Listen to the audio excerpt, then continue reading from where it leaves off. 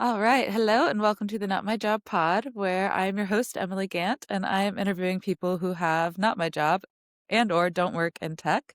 So today we are joined by the lovely Mia Warnecke, who is a student, a first year medical student here in Germany. So the systems are a little bit different. And I'm also just kind of excited to speak to you today about, yeah, just perspectives of a younger generation now that I feel old officially. Thank you. I'm honored to be here. So we met actually. I feel very lucky. I didn't end up staying at the language school where I met your mom, but we became friends and then started meeting weekly for like German, English language sharing. And now I also speak once a week with your grandfather as well. I And now, heard, I heard. That's funny. yeah, so you're the first one of your family, I think, though, to be fully speaking to me in English now. So all good. Yeah, glad to do it.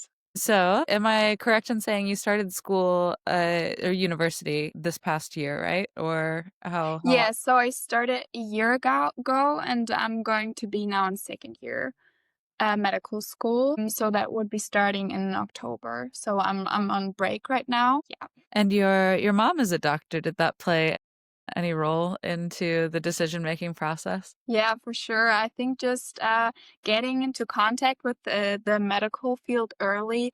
When I'm sick, my mom would explain to me, "Oh, there's little bacteria making you sick," and just sort of explaining sickness to me like that really took a big part. And then hearing about their daily work life or just little anecdotes about what they experience, I think that's how also the job is quite familiar to me and how you can manage the job with the family as I grew up in a family. So both my parents are actually doctors. Yeah, so I kind of grew up with that, and I think that took a big influence on my decision and also why my interest is so big in that field. Yeah. Nice. Is there like a specific area of medicine that you want to get into, or do you have to decide that now, or can you? I have a few years left to decide, about 5. However, right now I'm really interested in the gynecology field, as I think that there's like a lot of lack in towards gender health bias, gender health gap. And I think it would be really interesting to study it more and also I want to be a good doctor to young women or generally women who are having questions about their body or just about reproduction in general, because I think also that doesn't get talked about enough. And even though we learned about it in school because we had a good teacher who told us how reproduction, abortions, what the laws are, he taught us about that, but I still think there's so much more to learn about. And once you get like also the bias of that topic or the stigma where you say that's a topic that's not really talked about. And I think that's a shame because just with the knowledge you can empower women as well, but also just I get them the information they need about their body to make decisions and just be well informed, I think. Definitely. It's interesting. I think in the US now more than ever, it's just not being talked about in schools. Obviously, when I was in school, we had like a health class and they gave you like Yeah. the most basic information ever, but it certainly I don't think was enough education around either sexual or reproductive health. So I'm curious kind of what do they teach you in school in Germany, or is it down to your parents to educate you in that area? Not at all down to the parents. I think I was very lucky. I can only speak from my experience, but we had learned quite a lot about it. So, starting, we have like in the curriculum certain years where you have to learn about it. So, I think it started in elementary school in like second grade, where we would learn the basic how does a penis look like or something, just to know about it. And then the older we got, we learned more about, okay, what's protection, what's birth control. In my AP biology class, our teacher really took the time to take extra lessons to teach us about further things beyond that, like, yeah, abortion laws or yeah, just more detail, like how is the menstrual cycle? How does it differentiate from hormones that a man has? And yeah, just all of that. And I think that was because of that teacher that I learned so much about it in school. But I think it is rather more talked about in school than in other countries, I think, yeah. That's amazing. So they start in 2nd grade. I think so. It might have been 4th, but, pretty soon, yeah. And do you remember, like, I don't know, I feel like when I was, like, a kid, if someone was talking about that, it was like the whole class would be, like, giggling and it would be silly. Like, was that kind of the same vibe in Yeah, education? totally. I mean, we were kids after all, right? But I remember, I think it was in 6th grade, we had, like, a person from the outside come to the school, so that we had more like a safe space and not talk to the teachers about it that we see maybe daily, and, that was really good. They separated the groups, which I think was okay at the time, but I think everyone should learn about everything in biology, so it should not be just women learning about the female biology and stuff. But she really took the time to teach us about periods, how to use period stuff, what is normal, and just the basics. And that was good. I mean, we cringed all, we were laughing, but now looking back at it, I really think it was good they did that and also got an outsider to teach us about it. Yeah. Yeah, that's amazing that they start that so young. I think in the US system, some schools do that. They bring in like an outside Hmm. educator, and they're quite good about it. But I feel like it really comes down to your school system, what you're taught. Yeah, totally. So I think I don't know. Do you know if it's more standardized in Germany, or was that just with your school being like a little bit better about education? I guess it's more standard as it's like within the curriculum that schools have to do, but I guess it also depends on the federal state. So since I would say Berlin is more liberal as a state, the curriculum talks more about it or has it more in. Whereas I don't know if it's the same in Bavaria, which is known to be a bit more conservative. But I guess every state in the end learns about it, just in different depths about it, maybe. Very Yeah. cool. Yeah, I feel like your perspective's quite unique on probably the education systems because I think you also studied in Canada, right? Yeah, I did for Yeah. half a year. Yeah. Yeah, so I in my mind, maybe my Canadian friends might be like, "Absolutely not," but in my mind, Canada and the US are quite similar in, like, the education systems. Yeah, I think they're very comparable. What was that like for you, like, first day at a school in Canada? Like, were you ready for it, or was it terrifying? I was not ready for it. As an international student, the day was mostly getting to know the school, learning about other international students at the school, and writing my personal schedule. And what surprised me the most is that they only had 4 classes a semester. I don't know if it's the same, but like A block to D block, and that's it. And that really surprised me, and also the classes that they offered. So I actually ended up taking English, French, and then dancing and cooking, which is because I didn't have to have any like certain subjects in. And my friend who was from another German school, she was told she had to take math, so I wasn't obligated to do anything like that. But it was just very refreshing to have these options. I could have also taken like woodwork, and all of that is not a thing at my school. You could maybe in PE choose something that is like dance oriented, but not as a whole subject itself. Mm. So I really enjoyed that, and just I felt it was relaxed. And then again, I took classes that weren't so like high achieving, but yeah, I was surprised by that, and I found it really good for that half a year to get out of the other stress. As in Germany we have like usually 12 classes at the same time or 12 subjects within the week,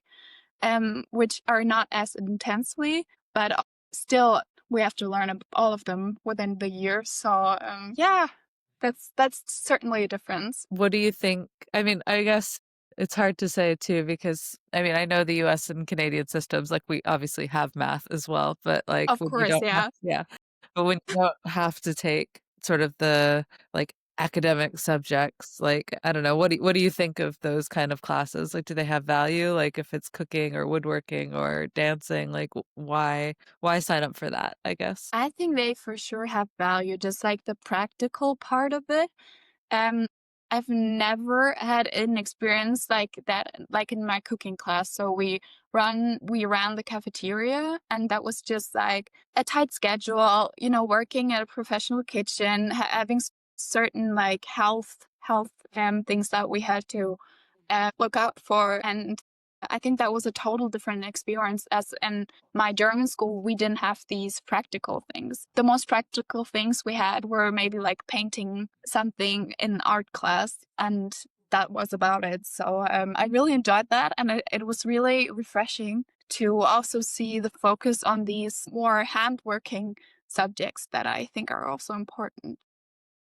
Definitely. I also think, especially in Germany, I was shocked. Like we had a problem where like one of our windows was broken. So not like in a bad way, just like you couldn't open it. So like it has to stay closed. And I was like, well, why don't we get someone out to fix it? And my roommate was saying like, well, I mean, we're on a list, but someone will be here in like 6 months to fix this window. And I was like, what? Like, because it's not like broken glass or anything. It's just the Yeah, hinge that's doesn't. wild. And like there's just such a shortage of like people who have like manual skills to fix Yeah, these things. And I think about that all the time. I'm like, I should really learn how to like build things.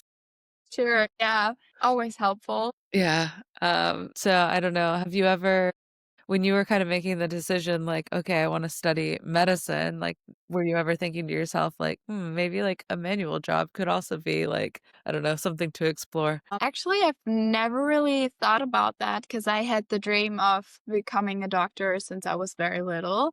Um, Other studies crossed my mind. I was also thinking about psychology or something regarding like languages, but I think in the end the choice was very clear. And I think if I want to do something manual, I can still decide within the job. So if I am becoming, for example, an orthopedic surgeon, it's more manual. So it's like really hard work, working the hammer and the saw and something. So yeah, I think I can still decide whether I want more like a crafting part of medicine, if I can call it that, so surgery, or if I want to go into like the intestines or something where it's mostly blood work and then thinking, oh, what might it be? And then just putting people on medication. Definitely.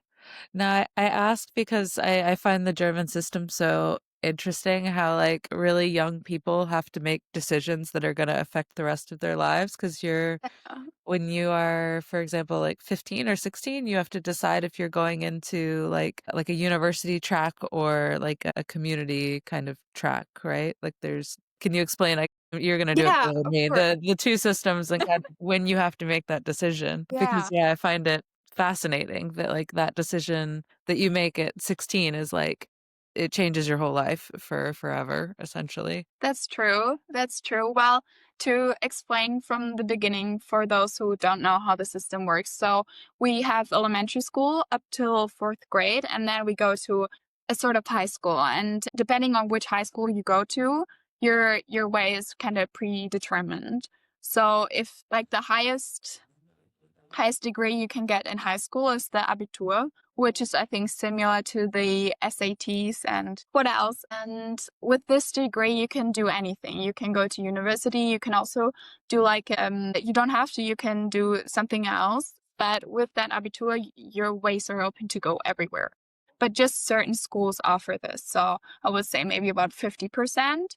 And then the other schools are more like focused on sending people on the handcrafting path where you get also these subjects like tech or woodworks. It's not that that we don't have it in the school system. It's just that I wasn't on a school that offered that, so I never got to experience it here. But these schools don't offer to get the Abitur, but we have something else after 10th grade, which is like it's called Mittlerer Schulabschluss, where you can then proceed to, I don't know, go do something else that is not academically on your university level. So you don't study then going onward. So this is decision you're making is basically after fourth grade choosing the school you're going to.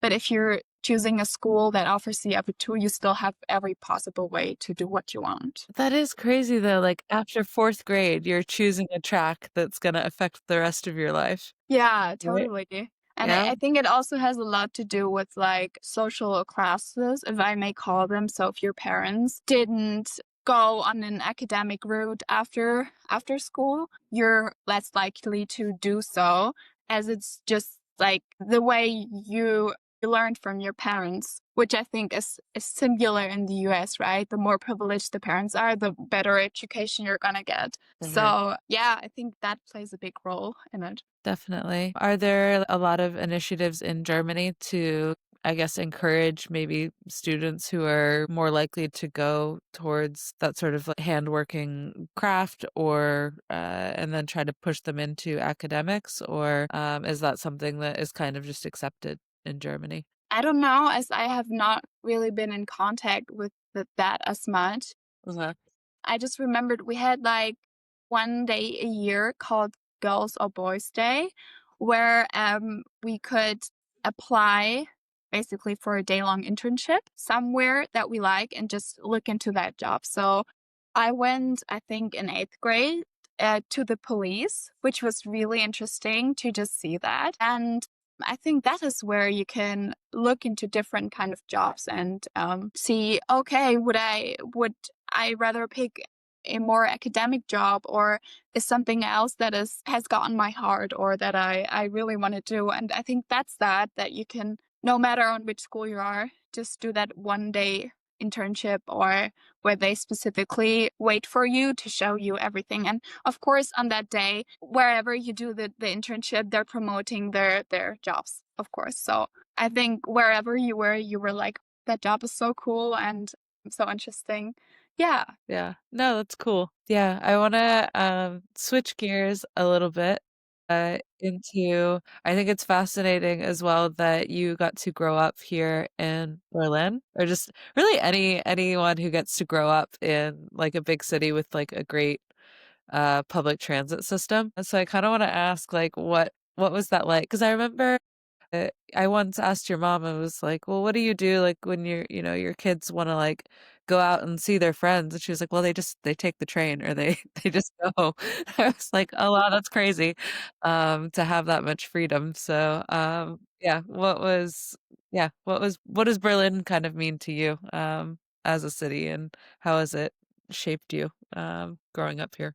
It means a lot to me, I must say. I cannot really imagine living for a longer period of time in a city that doesn't offer public transport, or just like all the cultural varieties and whatsoever not. I actually really like talking about this, as when I was in Canada, I was like in a smaller city, and they had like two buses that would come every half an hour. And I, with my Berlin's train privileges, I was so annoyed by that because I felt really bound to the house, and like I had to depend on my host family to drive me to places, which I was 15 at that time. And for me, it was ridiculous, the thought that I had to be driven somewhere for my activities, for my free time. So I in that time I really got to like appreciate the opportunities here in Berlin, because when growing up here, you just take them as given. Only when I experienced something else, only two buses every half an hour where I had to walk to half an hour to, I really gotten to appreciate it. And it's just like so much freedom. When I meet up with friends, we say, okay, you want to check out something very new at the other part of the city, and then we just go there by train, and it's really good. And also our school offered, when we were in school, all our public transport tickets got paid for, so we could use it for free, which was the best thing they could have done. So I really enjoy it. Yeah. Yeah, I remember when I was 19, back in 2009, I was in Berlin, like on Hmm. my first like big travel experience, and I was walking with this guy from a friend of a friend. But he was like, "Oh, they're protesting again." It's like, "What are they protesting?" He's like, "The university admissions fees have gone up," and I was like, "Yeah, they should protest. That's awful. How much have they gone up?" and it was something I don't know at time. This was 2009, Uh-huh. so it was something like, yeah, it went from like 90 euros a semester to 95 euros a semester. I was like, "What?" I know. Yeah, so when I hear things like I mean, I love it that, yeah, Berlin, like, subsidizes the public transit fare or, university fees aren't super expensive. But, yeah, I just remember that feeling, like, being a 19-year-old student, Yeah. being like, "They're mad about what?" Yeah, I guess when you're yeah, only when you can look at things from other perspectives, you only can see maybe how privileged we are in that situation. Also, like my fees this semester were about 500 euros, Mhm, including admission fees and my semester ticket, which would alone, if I would have bought it not with the university, I would have paid the same amount. So yeah, it's really good. Yeah. mhm. And I mean, affordable, I would say. it's still pricey. I mean, 500 euros when you're a student um, is not like it's not nothing, I Sure. guess. Yeah, I mean, compared to the debts you take onto you when you study, for example, in the US or something, it's it's a very small amount. But of course, you're right, it's still a lot of money for a student. Yeah. Do you take advantage of any of the other perks? Like I've heard that there's I don't know if I've never heard of anyone using it, but I've heard that there's like money that students can get to go to like UNESCO heritage sites, but in Berlin that includes clubs. So I don't know like things like that. I don't know. There's like a number of schemes for students that you can take advantage of. I guess yeah. Are there any benefits that you've used? Yeah, actually, the year I turned 18, they offered to my whole like all the people that were born in my year, we got like it was called a Kulturpass, like a culture pass where you could get a lot of sales on certain things or just save a lot of money. And yeah, I used it once to get a. It was even free, a free train ticket to Stuttgart, which is 6 hours on a train, and I got both ways actually for free because of that. And yeah, that was really good. So yeah, I used it, but I haven't used it more than that, I think. Yeah. I just love that Berlin, like, has so many things for students, though I don't wanna make it sound like coming I don't know, here would be, like, the easiest place because I think also things like finding an apartment is really tough for students, then yeah. But even, like, the admissions process or maybe that's a better question for you, like, amongst for yourself or for your friends who are also studying, what are kind of the biggest problems or, like, challenges that you face in your day-to-day life? Let me think about that for a second. I think especially living in Berlin, the biggest struggles I've heard are the apartments, looking for an apartment.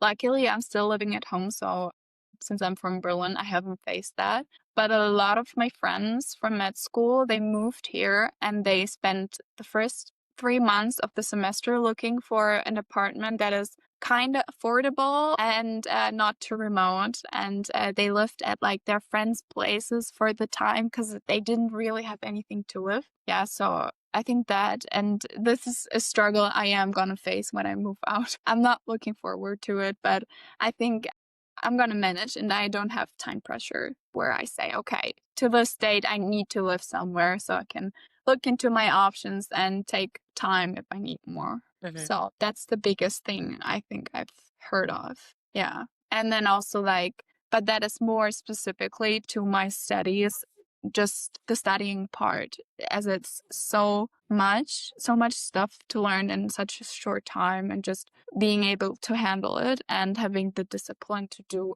something daily on a daily basis. Yeah. I mean, you sound a lot more put together than I was as a student. I feel my time in school, I was all about I guess maybe it's a different culture as well because like it sounds and correct me if I'm summarizing this wrong. It sounds like, you grew up with a lot of freedom to like go see your friends, get on the train, Yeah, for sure. go explore the city a little bit, be responsible. Whereas I think in the US, it's sort of like, "Oh, for the first time, you're on your own. Like this is the place to live and you can like do whatever you want." And so I think a lot of students go a little bit crazy. That's true. Yeah. Do you see that happening amongst your friends, or is it more like, I don't know, chilled out because it's a gradual change? Well, I always like to joke that I'm now back into grandma mode, kind of because I like to go to sleep early now and just have a very structured day. And I think that's the main difference, like the party phase or just the going out and experience and stuff phase, I would say is a bit earlier here because we just have earlier the opportunities. I would say there's also a different culture where the parents aren't too strict. I was very lucky that my parents were very chill about it and would let me have the freedom as they knew always where I was, with whom I was. And so I think like I had that in high school, like the phase, okay, there's this party I really want to go to, and then the trains are running at 3 a.m. as well, so I'm just gonna take a train back, and that's not gonna be a problem. And I think that's the main difference. Just the I think this phase comes with the college. I would say what you described, but living alone, having parties that you can go to and just experiencing yourself. And I think this phase, even though most are still living at home, is just earlier here. Yeah. Yeah. Do you think that, I guess, yeah, you mentioned a minute ago that you'll probably be dealing with the Berlin housing issue eventually. So kind of what motivates you then to move away from your parents' house? Or, I mean, obviously, you want your own space, but sort of what is the motivating factor for wanting a space of your own? Is it the part of town or to be closer to friends, or maybe you're not in a rush? I don't know. I think it has something to do with control and proving myself. I mean, at some point, everybody wants to move out and prove to themselves, okay, I can do this. I can live on my own. I'm responsible now. And yeah, I want to prove that to myself and also like have the control over if the kitchen is clean or not. When the kitchen is dirty, it's my fault and not someone maybe not cleaning up their messes. So I think just establishing an independent further independent. I would say I'm rather independent right now, but I think living alone is like, of course, a big step. And yeah, it's to have that feeling. Okay, I'm now studying medicine. I've moved out. While I'm really growing up into an adult, and yeah, I think that's why I want to do it. Yeah, you sound like the total opposite to when I was your age. I was a nightmare. I was like, I want to live alone so that I can host my own parties and be like crazy and, stay out and be late nights and that kind of thing. So, yeah, your reasoning sounds a lot nicer than mine would have at that time.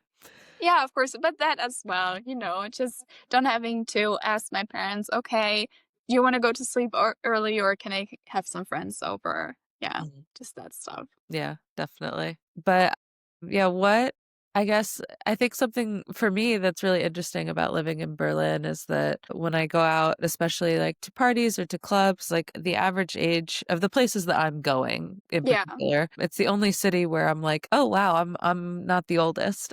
And so there's lots of people in their 30s, 40s, even 50s, like still clubbing, still dancing, still going out. And I think that's really cool. But then also sometimes I was talking to a friend of mine who's mid-20s, Yeah. and he was like, "Yeah, sometimes I'm like, why am I the youngest? Like, where are the younger people hanging out? What are they doing?" And so, yeah.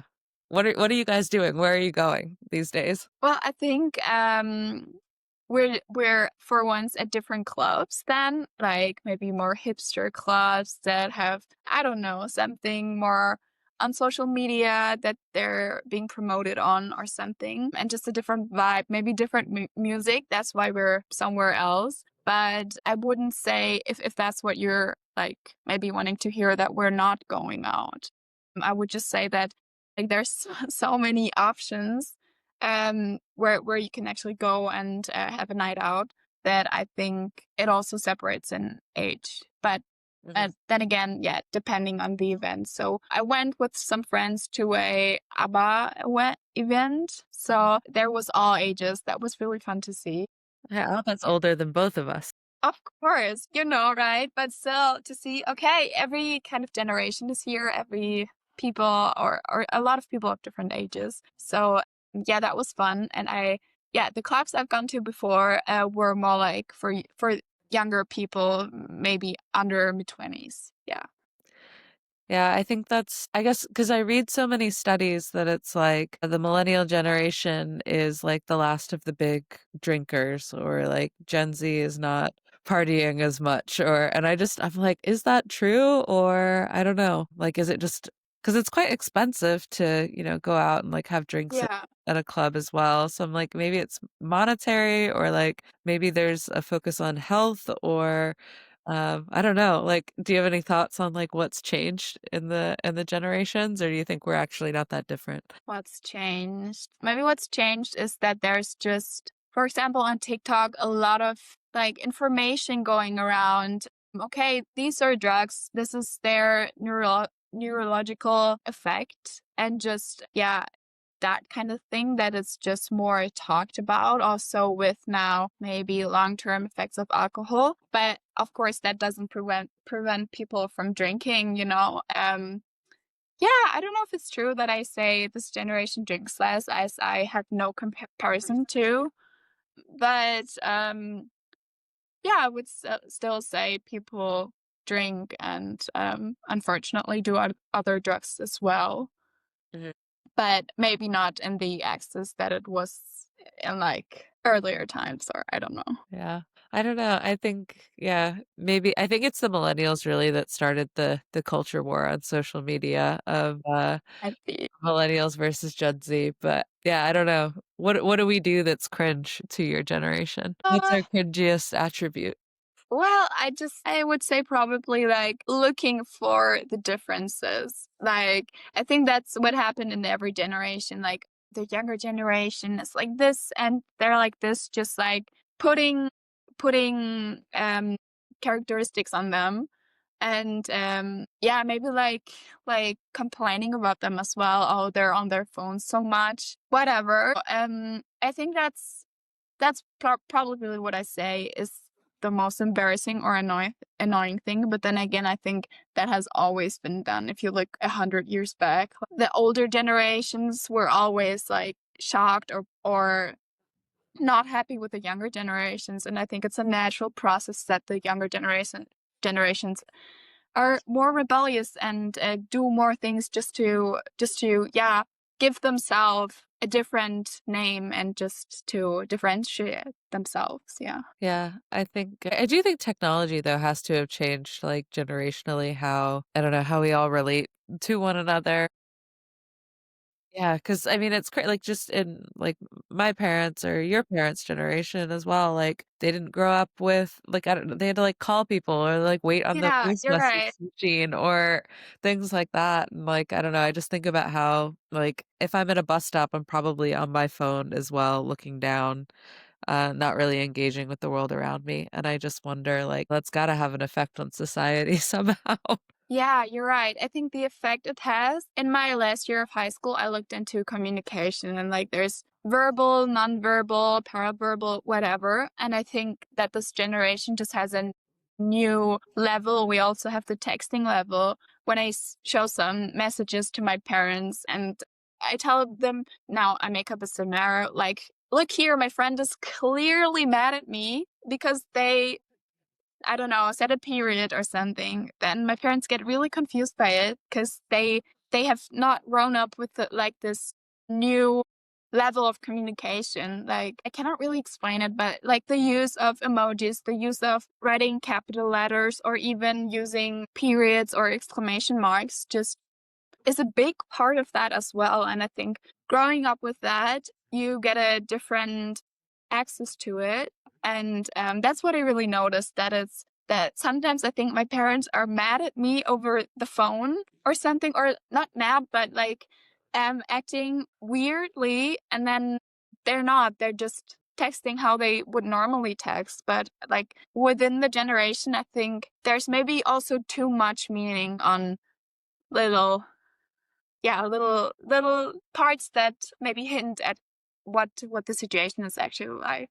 I yeah, I fully get that. That'll happen to me all the time, or even at work.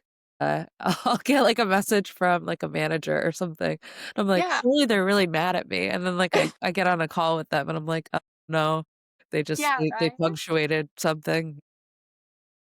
Yeah. Yeah, so yeah, I think the misunderstanding is mostly between generations, like, yeah, and within, I would say there's a better understanding for it. Like when I text to my friends, there will not be a misunderstanding that I don't know how they're feeling or something, because I think, yeah, we're just, I cannot really explain it, but sensitized to the way texting is normal and then what's abnormal to it, I Mhm. would say. And that kind of insight or that kind of understanding I don't have with my parents. So it's a different kind of communication we have over text. Yeah, Yeah. I agree. But then even, like, amongst your friends, I assume 'cause it's interesting in Berlin, everyone speaks both German and English, but then I assume, like, with some friends, you're probably speaking some English, or how does that work too? Like, do you feel like your personality changes either via text or in real life depending on what you're speaking with which friend? That's an interesting question. I think so for sure. Just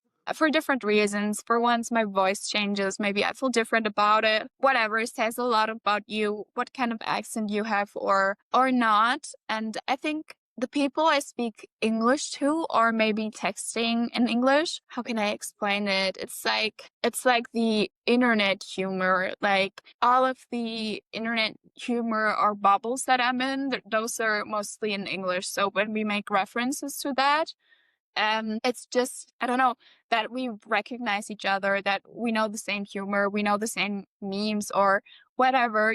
So yeah, I believe that it's that how the personality changed just to, yeah, I recognize you have the same humor as me, or you know the same memes that are in English, or I don't know, I can see that you're interested in that as you know how to speak well about it in English. And yeah, also I have some international friends here. We try to speak German most of the time as they really want to learn the language and get used to it. But sometimes it's just easier to speak in English when we're both more comfortable in English. Mhm, Sometimes, yeah. definitely.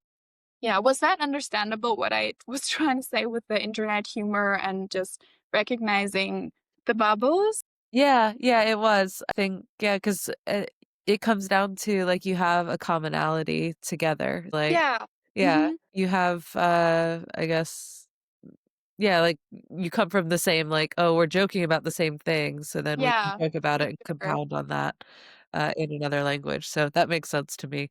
Yeah, yeah, and also I think like the like in a lot of people on the internet speaking in English, even though they're from different countries and their mother tongue might be something completely different. And I think that's just what's so bonding, that we have the English that we can communicate in internationally and make friends with all over the world. So I would say it's like a maybe like a even a new culture that has opened with the English on the internet, that is not just, okay, this is the American bubble, this is the British bubble, but this is the international English bubble with all different kinds of people, but it all comes down to eventually a same humor or something. Mhm. So, yeah, maybe that's new as well. Yeah, I do think there is definitely an international English kind of, like, ecosystem in its Yeah, bubble in itself. that's a good word for it. Yeah. Yeah, like, it's definitely different. I think the way that I speak probably just generally in Berlin, because usually if I'm speaking English in Berlin, it's with a mixed group, and they might not all be German or might not all be American, but, like, maybe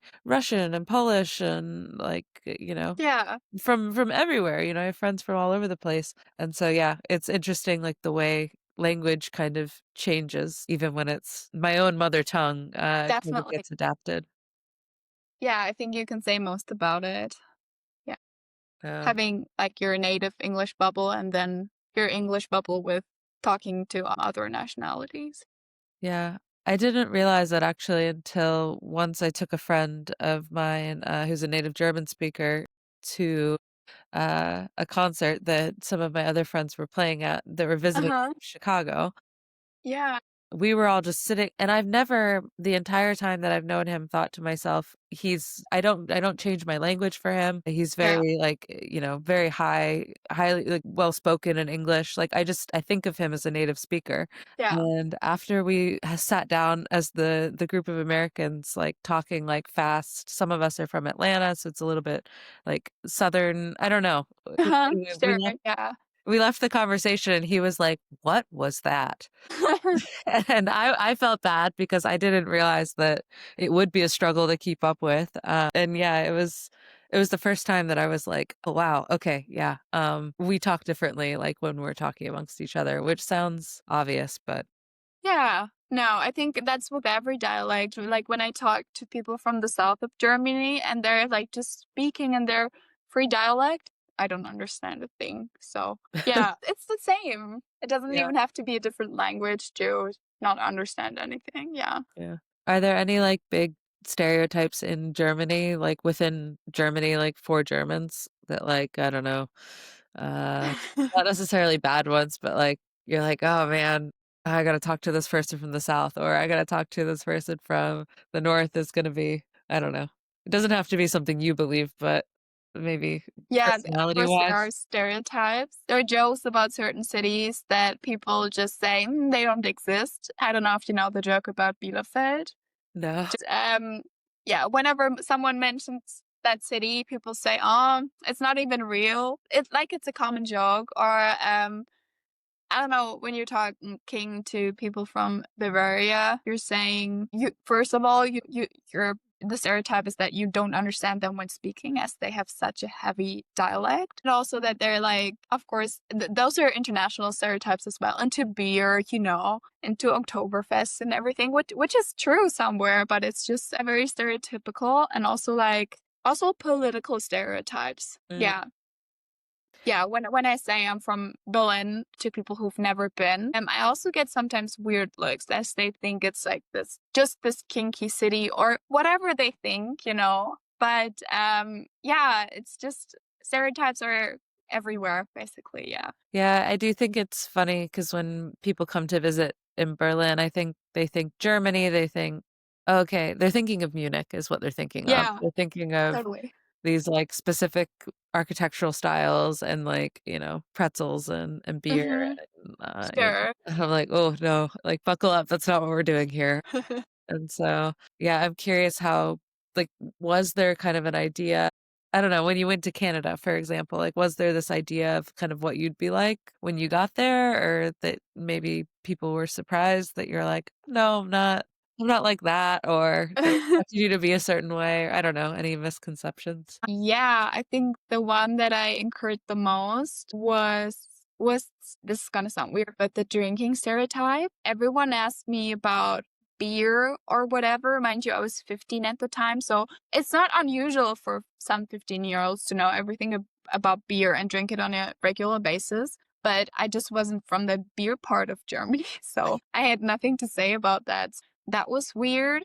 But I think some stereotypes I actually embody. I am actually part of some stereotypes, like the punctuality thing and just the like this having a schedule, being organized. There I fit right into. Remembering no, I remember meeting a friend and they were like 15 minutes late, which is nothing I'm experiencing here. Like if you're 15 minutes late, then it's either because public transport has fucked up or another good reason, but you don't say anything. My friend didn't say anything when they were 15 minutes late. And I was so surprised and thrown off by that I realized, okay, maybe I am that stereotype and that just the culture is different. I don't know. So, Was your friend from Germany or your friend from no, they were Canadian. oh, they were Canadian, okay. I don't Yeah. know. 15 minutes, I feel like that's pushing it. Yeah, maybe. But I was just really surprised. Yeah. Yeah. Though, honestly, I feel like I wanted people in Germany to be more on time than they are. And then whenever I bring this up, Okay. people are like, "Oh, yeah, but Berlin's different." And I'm like, "Yeah, but like, couldn't Berlin like still be on time? That would be nice." Yeah, right?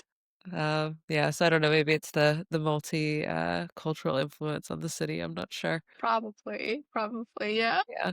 Do you have any plans or desires to like travel outside of Germany or like take a I don't know, a gap year or like go somewhere or anything like that? Yeah. Yeah. So I started studying medicine when I was 17 as I finished school that year. And I was the youngest in my class, basically, which is not a bad thing, but I just noticed, okay, these others have had maybe experience in jobs already.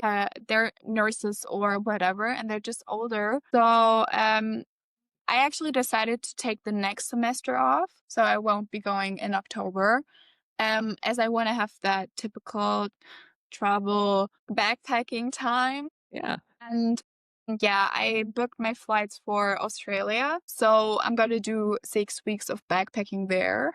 And then perhaps I'm thinking about, because this semester goes until March, to do something in the winter of 26. So I was thinking about maybe doing Interrail in Europe and just doing something closer. Mhm. Yeah, but then again, it's winter, so I don't know where I want to go. But yeah, I really want to repeat that. And I also have really set my heart on Thailand. Yeah, but I want to do that sometime too. So yeah. What made you pick Australia as the first place to grab flights? Because funny story actually, when I went to Canada, it was during COVID, and I originally wanted to go to Australia, but they wouldn't open the borders for international students at that time. So I picked another English-speaking country, or my organization just offered Canada as well. So I chose that. But like the yeah, the dream never left me that I really want to experience Australia, even though I have a snake phobia, but I'm gonna work through that, Um, I face my fears and so on. Yeah, just that. So, and that's something that I maybe want to do because I've been dreaming about it a lot. Yeah, I think, yeah, everyone I've talked to that's done like the Australia trip like always has a really fun time. Yeah, I don't know why I never, because obviously I've traveled tons, but yeah, I never made it to Australia or New Zealand are still on the list. Yeah. Do you have any friends who you're trying to meet while you're over there? Are you are you traveling alone or what's the plan? The plan is to travel alone and just meet people along the way. However, I know of one friend that is there right now. I think she's doing an au pair here. And, yeah, I'm maybe gonna meet up with her. Probably, yeah. But yeah, I want to do the journey for myself and just, yeah, also proving to myself maybe, okay, I'm capable of planning. I'm capable of looking a place to sleep for me every night and just, yeah, doing that. I'm really excited for it, I must say. And just having, yeah, the wildlife experience, but also hostel experience, getting to know other people. Because I think my exchange here really opened that possibility up for me, but I was still like in a safe or known environment. I went home to the same family every night. I had like a host family. So, yeah, that was like more, yeah, in a safe space. I of course gotten to know a lot of international people, but I think backpacking is just something entirely different.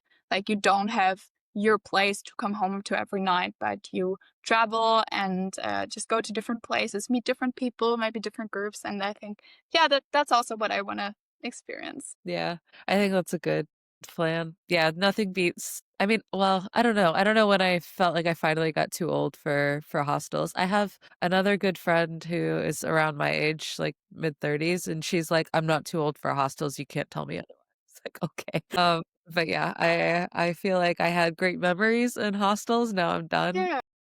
But yeah, I'd say I had a good like 10 years of hostel-based travel that were yeah, just so much fun. 'Cause yeah, you meet instant friends. Yeah, what are places that you travel to in hostels? Anything you can recommend? I did like when I was 19, I did like a big trip around Western Europe. So I did Yeah. yeah, Mm-hmm. Germany, Belgium, France, Italy as well. And those were all hostels or back in the day it was couch surfing. Oh, okay. Yeah, Yeah. before now it's really creepy. But back then I stayed like couch surfing with this woman from Burns. That was the Uh, first. It was so much fun. She took me out with like all of her friends. oh, that's good. Yeah, my first couch surfing ever actually was in Berlin. I was so scared. I thought I was like I thought I was gonna die. I was like, "What is happening right now?" 'Cause this guy was like, "Just there's a big party going on this weekend. Just come with us to that, and I swear I'll take you to all the touristy things on the last day." I was like, "Okay." He's, like, dragging me through the I don't know, some, like, wooded forest area, and I was like, "Oh my god, like, this is how I die, like, this is the Oh end." my god. But then Yeah, it that's opened up. It was a party. It was really fun. He was really lovely. His friends were all very nice, and then okay. he did take me to all of the tourist stuff. That's good. Yeah. Yeah. So don't be like me, or I don't know, maybe be like me. It was okay. Gotta keep the instincts there, but, yeah, listen to any red flags for sure. Okay, okay, I'll keep that in mind. Yeah. But yeah, sometimes the stuff that push that's kind of the for me, the weird thing. Like, it's about, like, partially pushing yourself out of your comfort zone, but then also listening to the little voice that, Yeah, the keeping that RR. safety within you. Yeah. Yeah. Yeah. But again, you sound infinitely more mature than I was at 19, so I feel like you're gonna have a delightfully perfect time. Very safe, very, fun. I hope so, Yeah. thank you. Cool. Well, is there anything else, I guess, yeah, we talked about, yeah, living in Berlin, studying medicine, upcoming travels. Is there anything else that you're like, I don't know, excited about that you're like, man, I kind of wanted to just touch on that? I'm actually already excited about studying, keeping on studying while when I'm back from my gap semester. I must say, I'm really interested in the stuff I'm learning, and maybe I can talk a bit about how my medical studies are built or organized because I really like that and I can really recommend it to everyone to study that in Berlin. Just so you know, there's different types of places you can study medicine, of course, and they all have a different curriculum. So usually it's the first 2 years you're just doing like theoretical preclinical stuff. So you learn all the physics, all the biochemistry, and what's so not. Yeah, it's described as dry. It's of course the important basics, but I can see why it's dry, and that's how it's different to study in Berlin. So we have more practical parts, which I'm enjoying so much, and I think those make it more interesting. For example, we don't have that clearly pre-clinical and then clinical period, but we are the second week of my studies. I actually stood next to a hospital bed with an what's the word? An osculator? No, I don't know. It I don't. might yeah, I also might just not know. Okay, okay. I don't know the English term, but just, you know, listening to patients' hearts, trying to examine them with the knowledge that we've had. And that just really made a difference. Like we in the lab, we took our own blood samples and learned how to analyze those and just a lot of practical stuff. What I also think is different about studying medicine in Berlin is that we have actors come in and they have a script on how to be a very difficult patient. Maybe maybe like an old woman with dementia or someone that has like a panic disorder or something. And we had that in the first 2 semesters and just like facing that and getting to know those social skills, I think is such an important part of studying medicine that is overlooked. And we also have like internships that we have to do right now.